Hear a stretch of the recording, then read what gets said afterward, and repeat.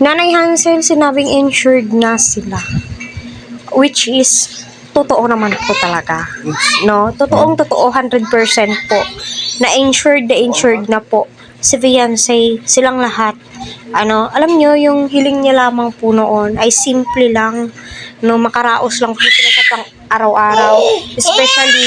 Especially sa pag-aaral po ni Fiancé at ng mga anak nito ay okay na po sila. Pero yung ibinigay po sa kanila ay sobra-sobra pa nga po. So, dyan mo po masasabi talaga na very powerful ng Panginoon po natin dahil may isang Dr. Love, may isang Kalingap Rob, may mga sponsors na tumutulong, gumagabay through financial.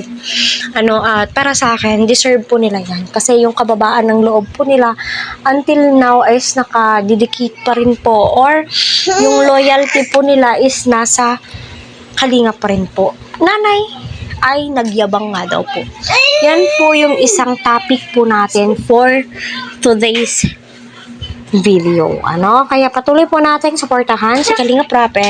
Syempre, tapusin niyo po yung video para malaman po ninyo yung buong nilalaman. Hindi po tayo comment ng hindi ka nais-nais. Alam naman po natin na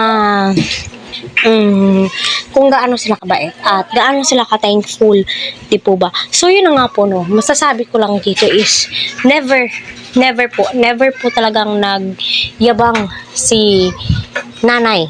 Never po. Mas lalo nga po silang bumait, mas lalo po nilang in-spread yung blessings po nila, nagbibigay po sila sa kamag-anak po nila. Kumbaga, hindi po nila sinusolo yung mga biyayang ibinibigay po sa kanila ng mga sponsors, kaya mas lalo po silang binibless in so many ways.